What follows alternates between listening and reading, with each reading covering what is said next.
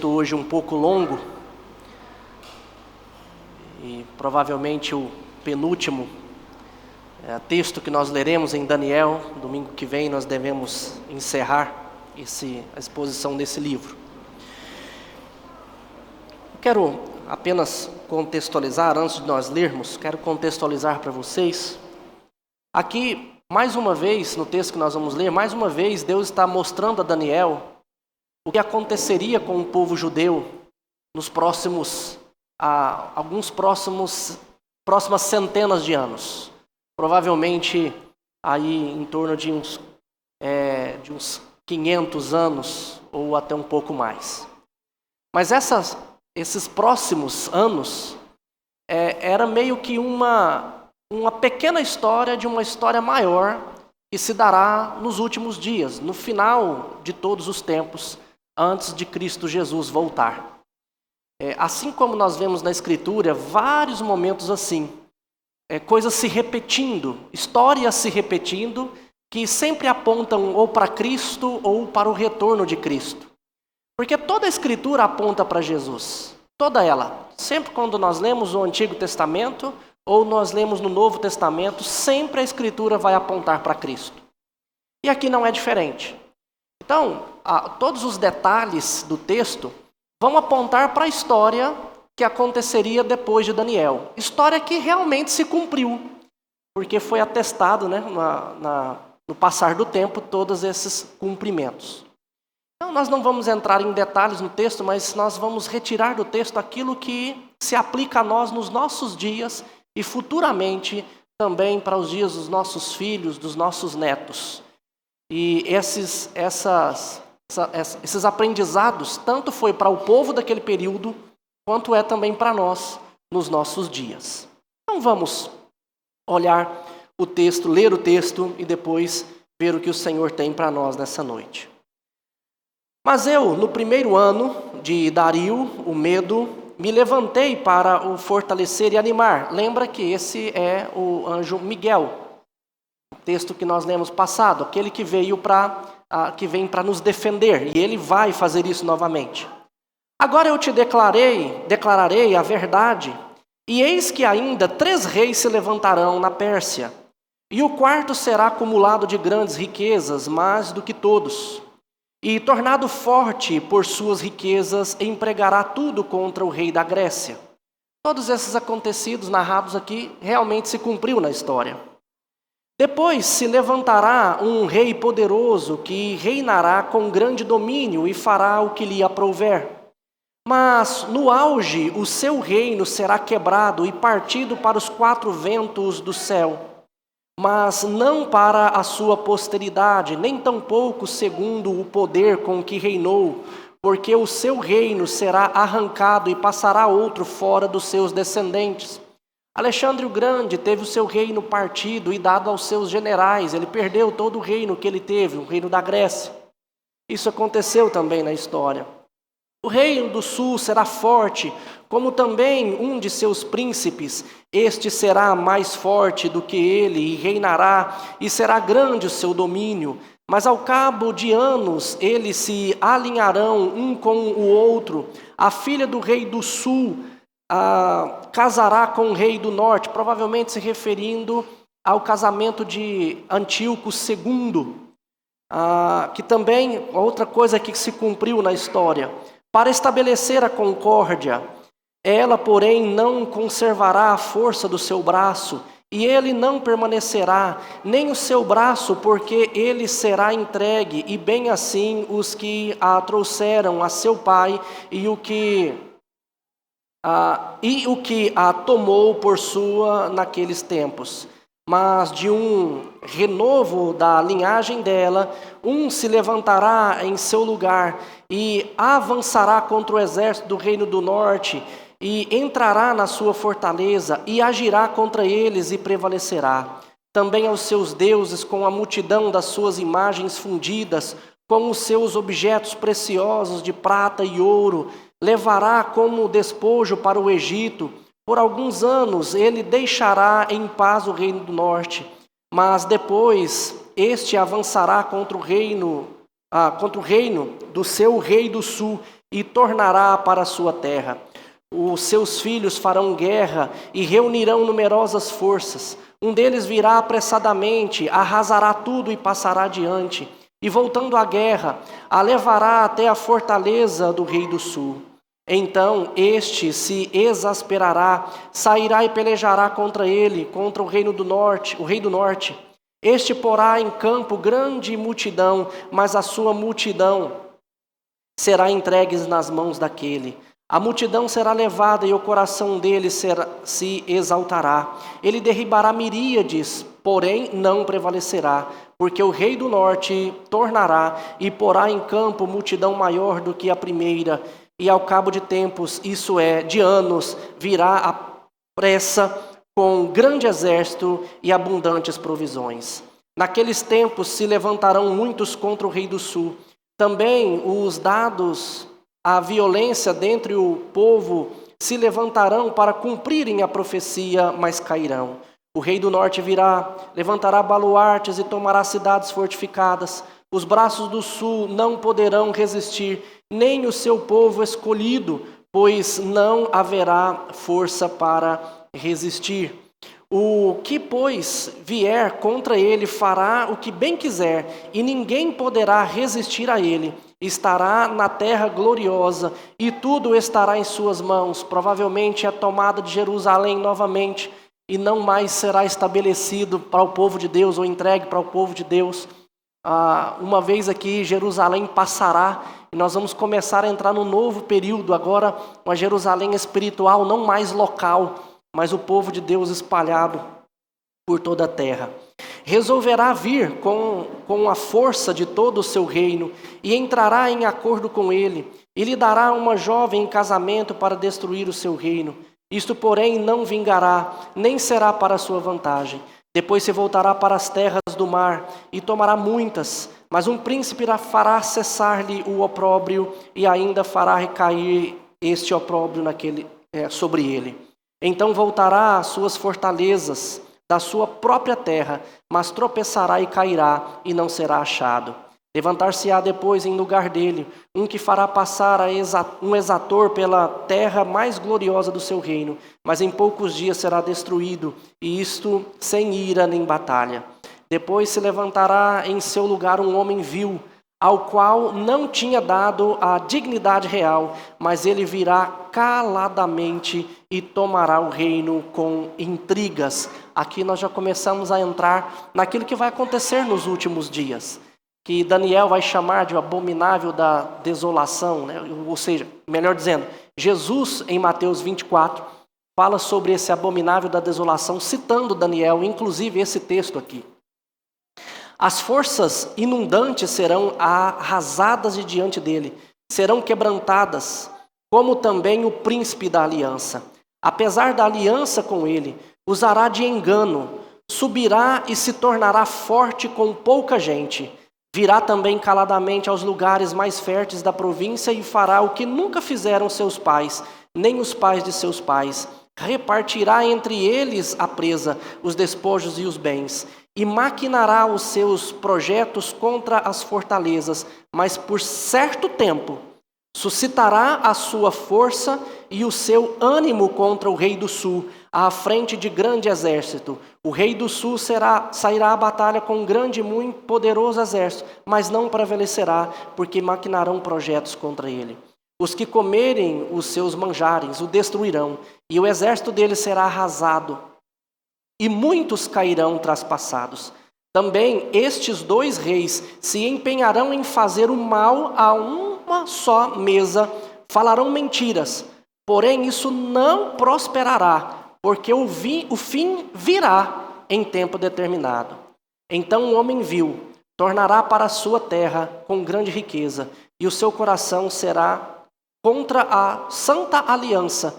Ele fará o que lhe aprouver e tornará para a sua terra.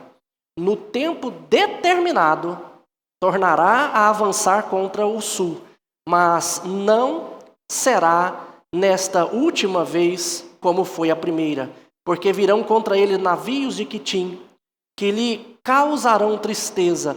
Voltará e se indignará contra a santa aliança e fará o que lhe aprouver. E, tendo voltado, atenderá aos que tiverem desamparado a santa aliança. Dele sairão forças que profanarão o santuário, a fortaleza nossa, e tirarão o sacrifício diário, estabelecendo a abominação desoladora, o que Jesus chama de o abominável da desolação. Aqui, Daniel, o anjo já está mostrando para Daniel coisas que acontecerão futuramente. Coisas que nós enfrentaremos, já estamos enfrentando desde aquele período, e que vai se agravar mais e mais até os últimos tempos. Aos violadores da aliança, ele com lisonjas perverterá, mas o povo que conhece ao seu Deus se tornará forte e ativo. Os sábios entre o povo ensinarão a muitos, todavia cairão pela espada e pelo fogo, pelo cativeiro e pelo roubo por algum tempo. Ao caírem eles, serão ajudados com um pequeno socorro, mas muitos se ajuntarão a eles com lisonjas. Alguns dos sábios cairão para serem provados, purificados e embranquecidos até o tempo do fim, porque se dará ainda no tempo determinado. Este rei fará segundo a sua vontade e se levantará e se engrandecerá sobre todo Deus. Contra o Deus dos deuses fará coisas incríveis e será próspero até que se cumpra a indignação, porque aquilo que está determinado será feito. Nós vemos aqui esse que se levanta contra Deus, fazendo coisas incríveis contra os eleitos, contra aqueles escolhidos, contra o povo de Deus, contra o povo da aliança, contra o próprio Deus que nós servimos. E fará coisas incríveis, coisas que vai deixar a gente abismado. Mas lembre-se, tudo está determinado e só vai acontecer dentro do tempo determinado. Nada ainda foge das mãos do nosso Deus. Não terá respeito aos deuses de seus pais, nem ao Deus de mulheres, ao desejo de mulheres, nem a qualquer Deus, porque sobretudo se engrandecerá. Mas em lugar dos deuses, honrará o Deus das fortalezas. Provavelmente a única coisa que esse homem honra é a guerra.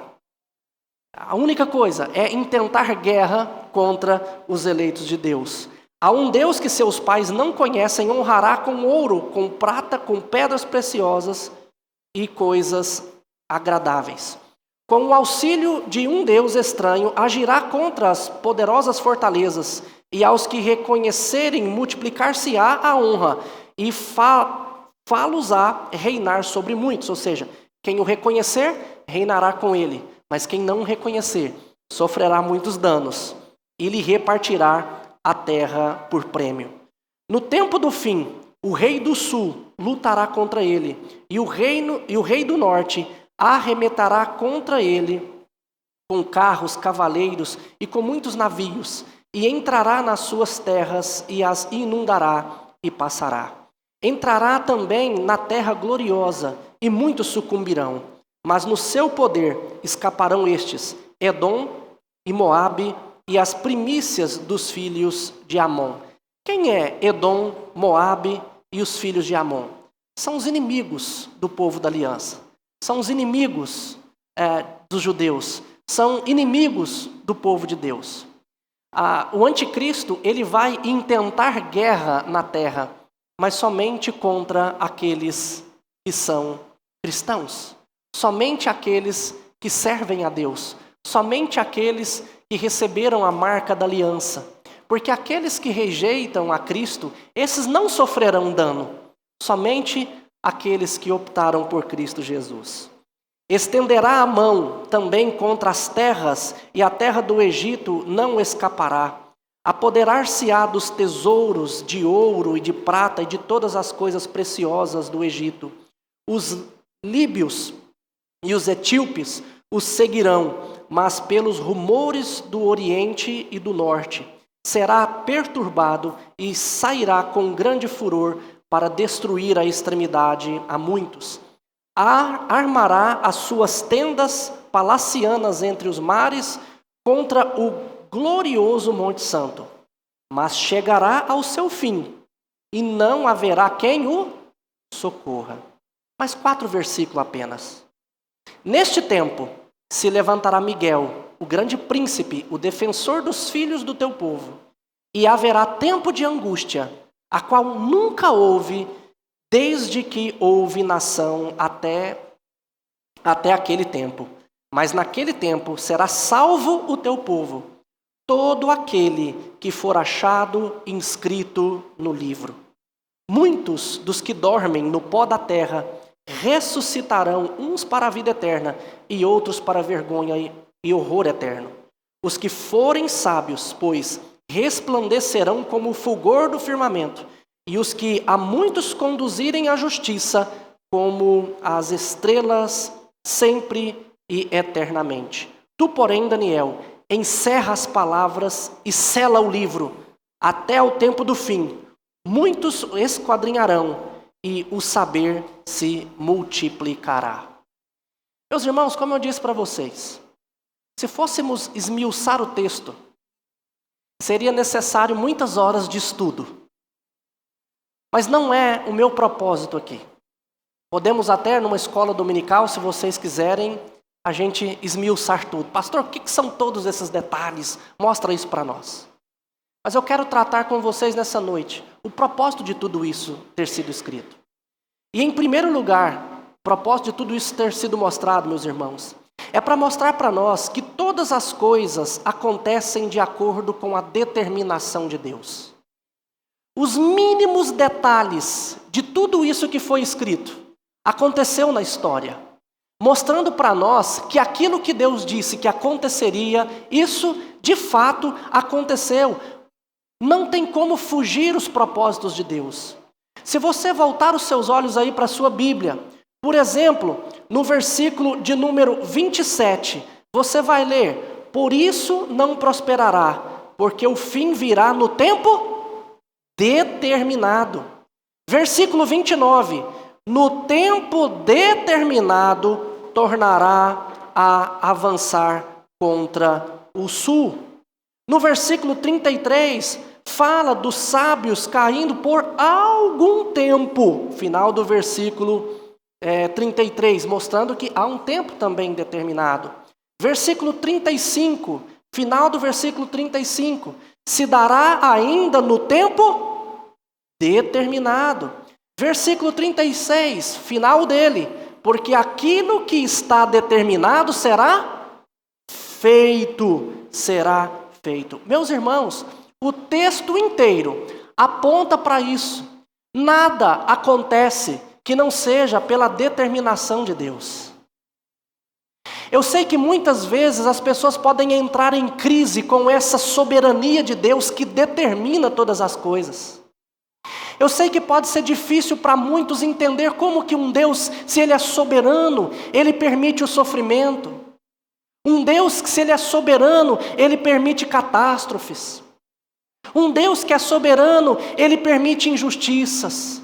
Eu sei que às vezes pode ser difícil para nós entendermos isso.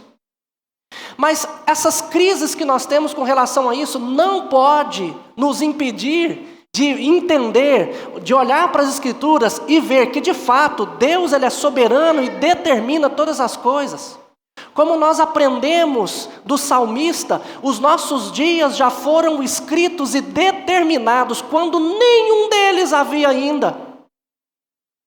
Não há como fugir da soberania de Deus que é expressa nas Escrituras. Pastor, mas como harmonizar tudo isso? Meus irmãos, eu sei que o mundo... Como harmonizar um Deus bondoso e soberano, sendo que existe o mal, sendo que existe o sofrimento na terra? Meus irmãos, a maior dificuldade é entendermos o porquê do mal existir. Mas uma coisa nós podemos ter certeza, que esse Deus soberano, sendo soberano, Ele permite o mal, Ele se importa conosco, porque Ele mesmo desceu do céu, se tornou como um de nós, para sofrer o seu sofrimento, para entregar a vida dele por você e por mim. O Deus que é soberano, Ele se importa conosco e Ele nos demonstra isso pelo fato de ter Cristo Jesus morrido numa cruz por nós, sendo todos nós ainda pecadores. Pode ser que a gente não entenda o porquê que tudo acontece dessa forma, mas eu posso descansar nesse Deus soberano, que Ele se importa conosco, que Ele me ama, porque Ele demonstrou isso na cruz.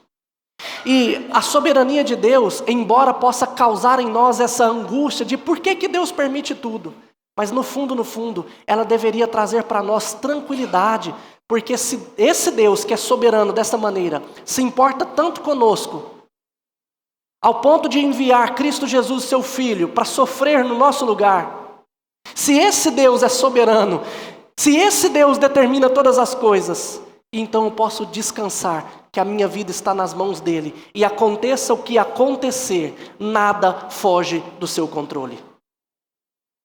É isso que Deus quis demonstrar para Daniel. Descanse, porque pode haver sofrimento, mas a vida de vocês está nas minhas mãos, e tudo vai acontecer dentro do tempo determinado. Eu sei que muitas vezes a gente gostaria que as coisas acontecessem diferente. E muitas vezes a gente começa a sofrer porque Deus fez de um determinado jeito e eu gostaria de outro jeito. Meus irmãos, a gente precisa aprender a discernir a vontade de Deus, a discernir os propósitos de Deus e a procurar adequar a nossa vida dentro dos propósitos de Deus. Não querer mudar a vontade de Deus ou fazer com que a vontade dele se adeque à nossa. A grande sabedoria, né, a grande sacada do crente seria identificar a vontade de Deus e moldar a sua vida a ela. Não querer moldar a vontade de Deus à sua vontade. É por isso que muitos de nós sofremos.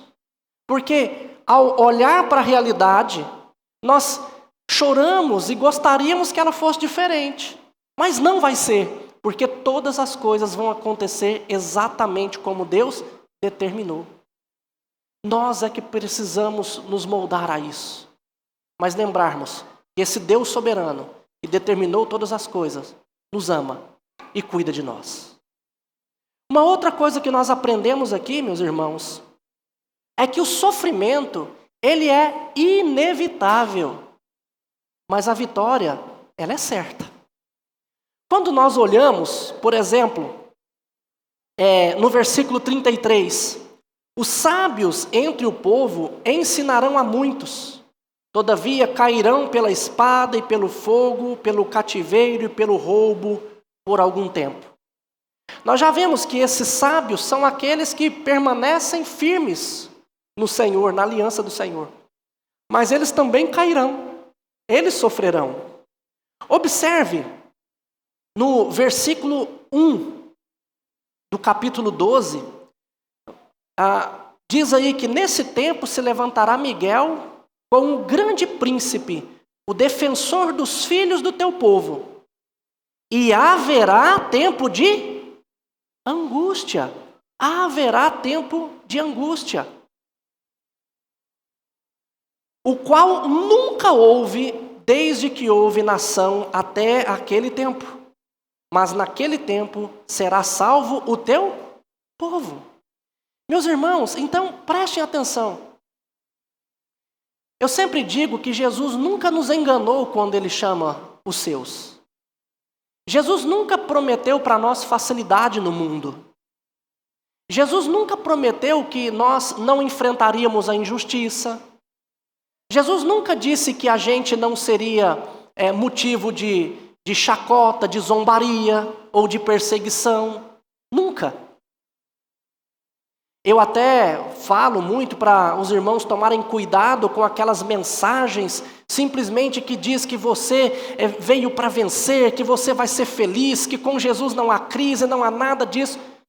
Porque quem prometeu facilidades neste mundo não foi Jesus, mas foi o próprio diabo.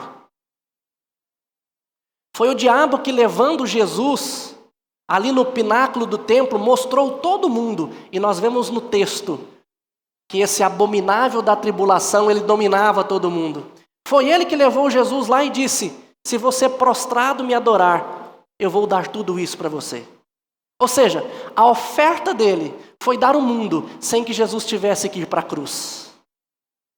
E se Jesus tivesse feito isso, eu e você não teríamos a esperança de uma outra vida, porque ele teria falhado ali. Jesus, desde o seu início aqui na terra, mostra para nós que o reino dos céus, ele é alcançado mediante o sofrimento. Ele conquistou isso mediante o sofrimento da cruz. E ele disse para nós que o restante do sofrimento dele, nós também sofreríamos. É por isso que em muitos momentos Paulo diz isso: eu sofro o que resta do sofrimento de Cristo.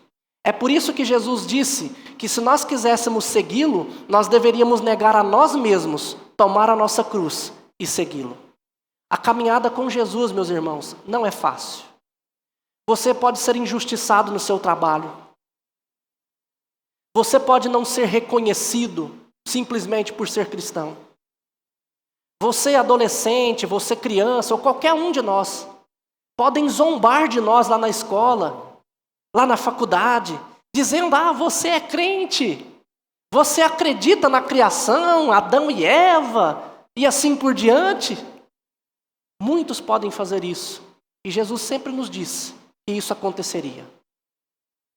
Mas uma coisa que ele nos garante também é que nós seremos salvos, que nós não seremos deixados no sofrimento eternamente. Pelo contrário, ele vai nos ressuscitar no último dia. É interessante o que ele diz em João, capítulo 6, versículo 37 em diante.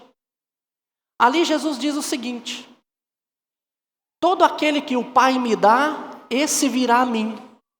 E o que vem a mim, de modo nenhum o lançarei fora. Pelo contrário, eu o ressuscitarei no último dia.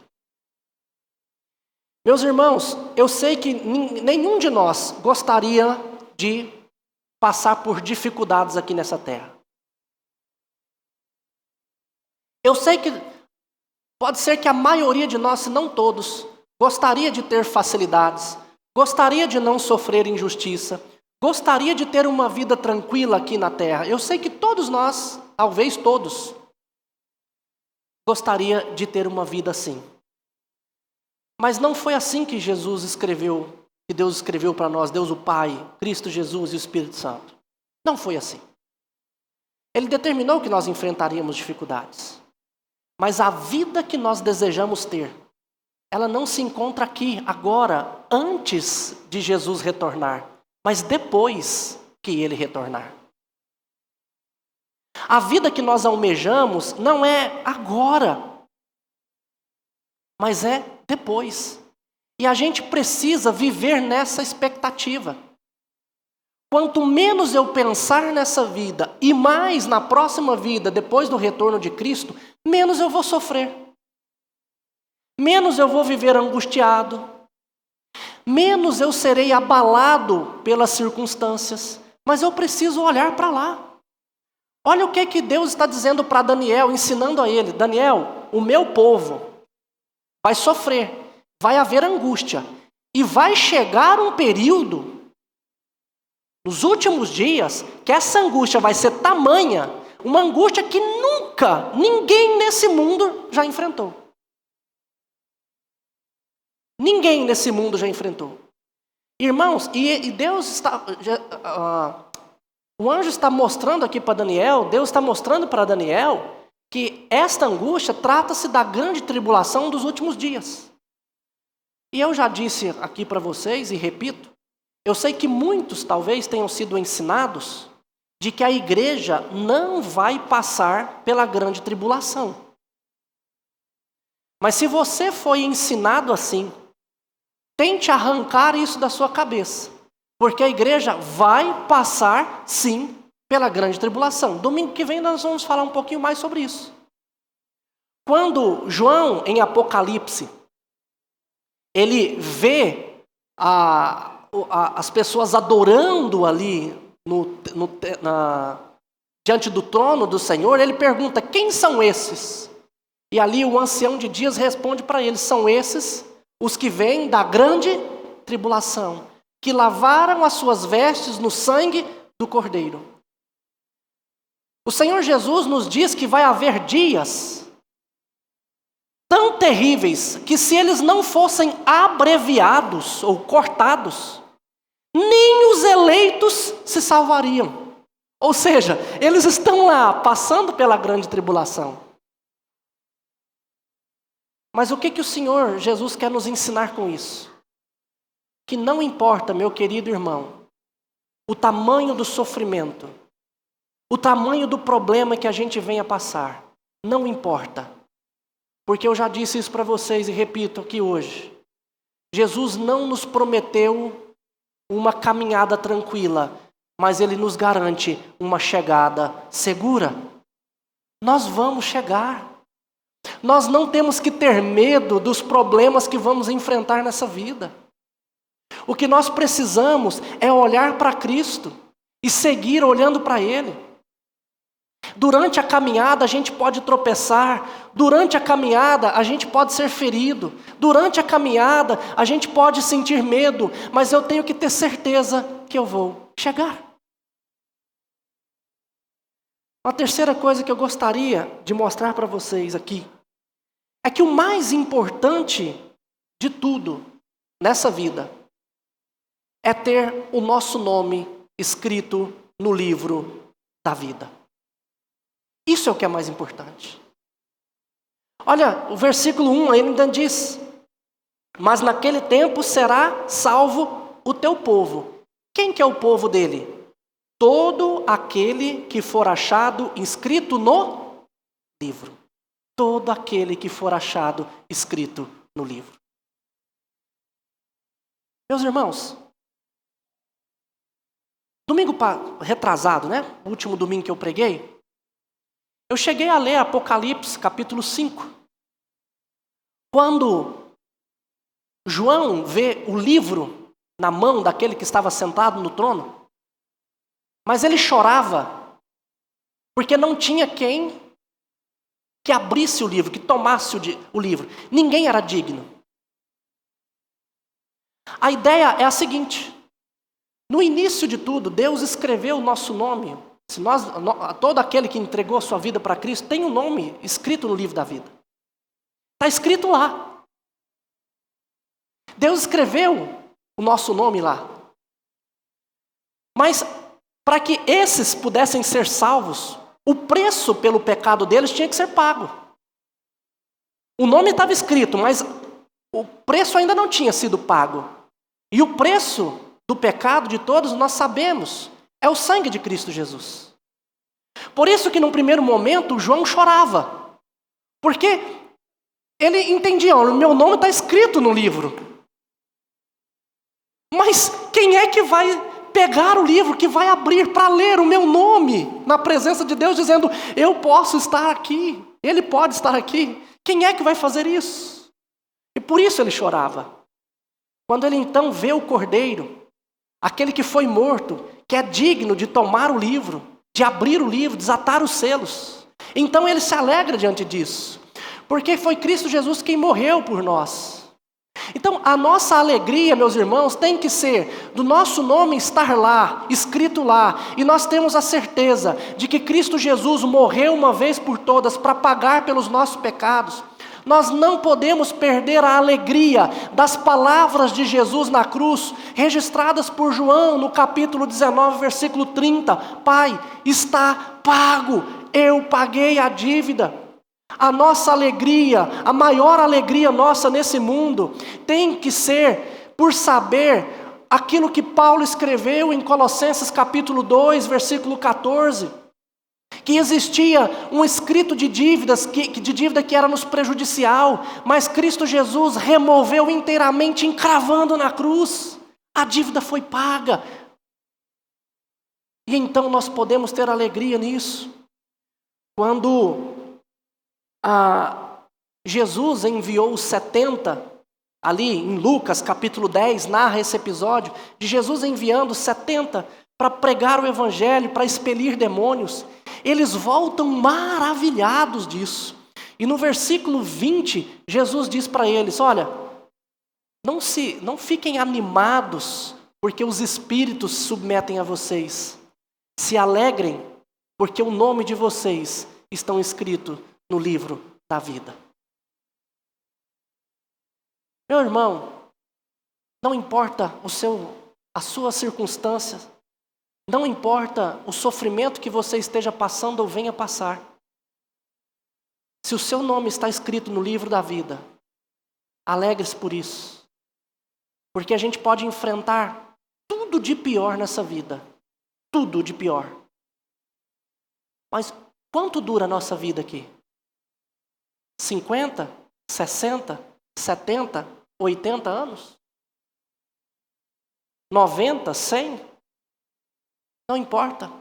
Isso é muito pequeno perto da eternidade. E na eternidade, se a gente tem o nosso nome escrito no livro da vida, você pode ter certeza que nós viveremos bem, sem pecado, sem maldade, sem choro, sem sofrimento, sem qualquer coisa que tire a nossa paz aqui nessa vida. Quando Paulo escreve a sua primeira carta aos Coríntios, no capítulo 15, Paulo fala ali de umas pessoas que não acreditavam na ressurreição. E quando Paulo fala sobre isso, ele diz: olha, se não existisse a ressurreição, nós seríamos os mais infelizes do mundo. Porque a gente sofre por seguir a Cristo aqui, pensando numa vida eterna. Mas quando nós morrermos, se não tiver a vida eterna, que desilusão é essa nossa? Mas Paulo mostra para nós que nós podemos ter a certeza disso, porque Cristo Jesus, Ele é a primícia dos que dormem. Ele é o primeiro, Ele já ressuscitou. E para confirmar isso, Paulo começa dizendo: a Escritura dizia isso, foi atestado pelos 12 apóstolos, foi visto por Pedro, por Tiago, por João, foi visto por Maria, foi visto por 500 pessoas de uma vez só, foi visto também por mim, Paulo diz. Ou seja, Jesus de fato ressuscitou, e se Ele ressuscitou, nós também ressuscitaremos como Ele ressuscitou. Essa deve ser a nossa esperança, meus irmãos. O versículo 2 do nosso texto, aí diz: muitos dos que dormem no pó da terra ressuscitarão. Uns para a vida eterna e outros para a vergonha e horror eterno. Meus irmãos, todos aqueles que nasceram um dia, todos aqueles que foram concebidos, nasceram para a eternidade, ou para a vida, ou para a morte. A nossa alegria deve ser de ter o nosso nome escrito no livro da vida. Porque nós podemos ter a certeza que ressuscitaremos para a vida eterna.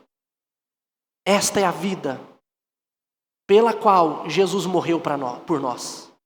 Foi para isso que Jesus morreu, para nos dar essa bênção, essa graça, esse presente maravilhoso. E isso deve ser a nossa alegria. Eu sei, irmãos, que às vezes a gente sofre. A gente sofre com um problema de saúde. A gente sofre com escassez financeira, de recursos nesse mundo. Eu sei que a gente sofre por tantas coisas.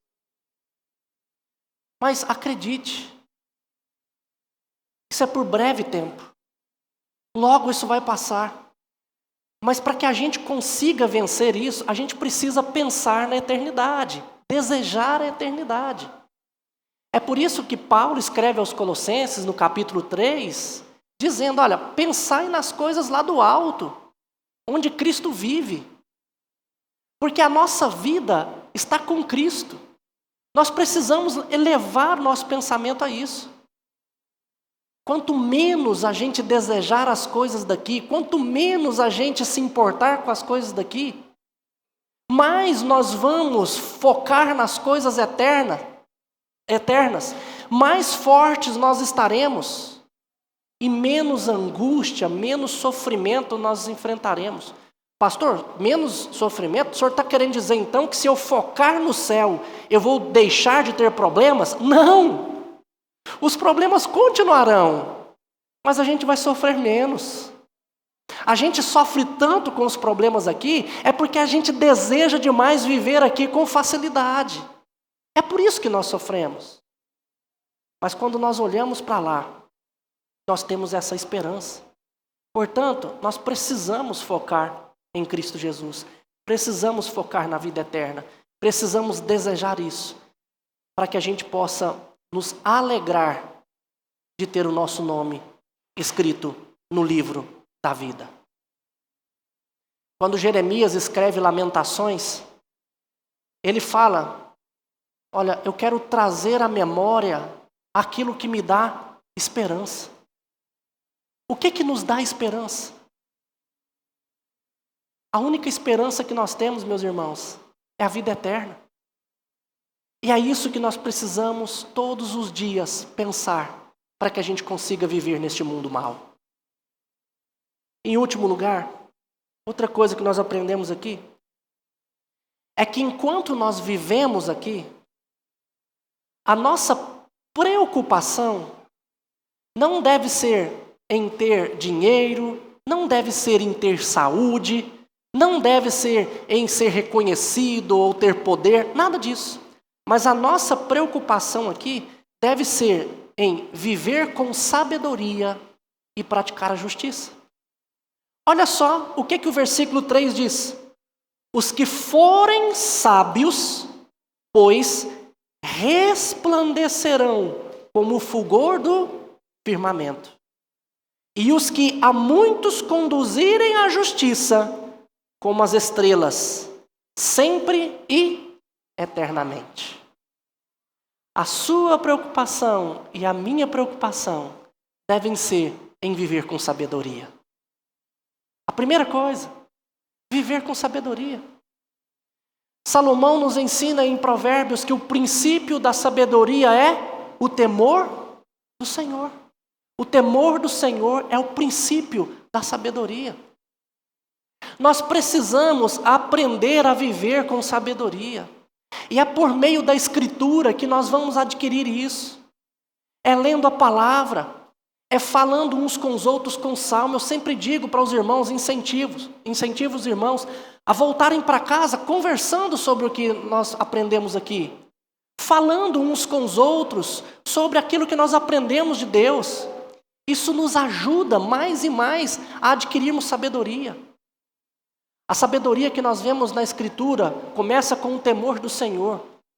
E ela se cumpre quando nós tomamos decisões corretas. Quando se fala de um sábio, a gente imagina aquele senhor de barba branca, já velhinho, que tem palavras que nos deixam assim de boca aberta, né? Boca aberta. Uau! Que poço de sabedoria, que palavra é essa?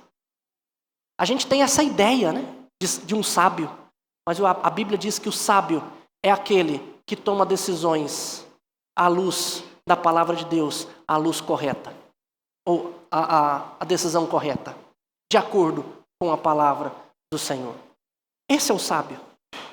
E praticar a justiça.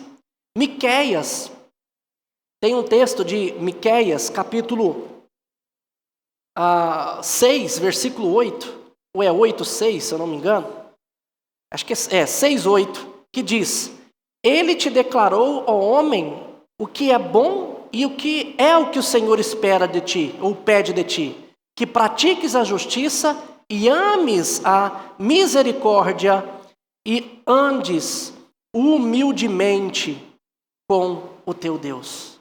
O que Deus espera de nós? Que a gente pratique a justiça. O nosso foco aqui deve ser esse. Meus irmãos, nada foge das determinações de Deus. Descanse, porque a nossa vida pertence a Ele. No mundo, nós vamos enfrentar tribulações. Como eu disse, a nossa caminhada, ela não é tranquila, mas a nossa chegada é segura. Se alegrem, porque se você entregou a sua vida verdadeiramente para Cristo, seu nome está escrito no livro da vida. Lendo de novo João 6,37, todo aquele que o Pai me dá, esse virá a mim, e o que vem a mim de modo nenhum o lançarei fora. Pelo contrário, eu o ressuscitarei no último dia. Se você entregou a sua vida com Cristo, você já pode contar com a ressurreição para a vida eterna no último dia, e essa deve ser a sua alegria. Então, o que vamos fazer? Vamos agir com sabedoria.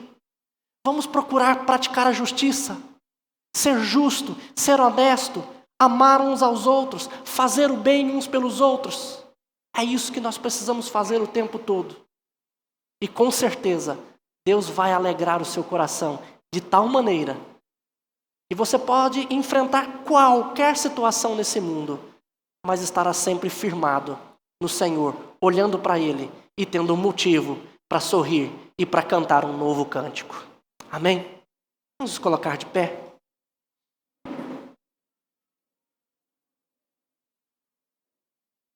Deus, eu quero agradecer ao Senhor imensamente por tudo que o Senhor tem feito nas nossas vidas. Agradecer ao Senhor porque, apesar de qualquer coisa, tendo o nosso nome escrito no livro da vida, nós temos a certeza de que estaremos com o Senhor eternamente.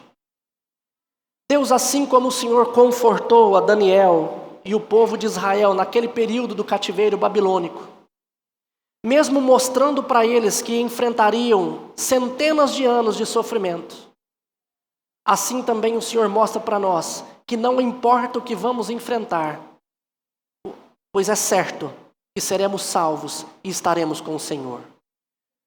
Confirma isso no nosso coração, ó Deus, e guarda a nossa mente, o nosso coração em Cristo Jesus, para que nós sejamos protegidos de qualquer pensamento ruim, de todo sofrimento, de toda angústia, ó Deus, que as circunstâncias da vida possam nos trazer.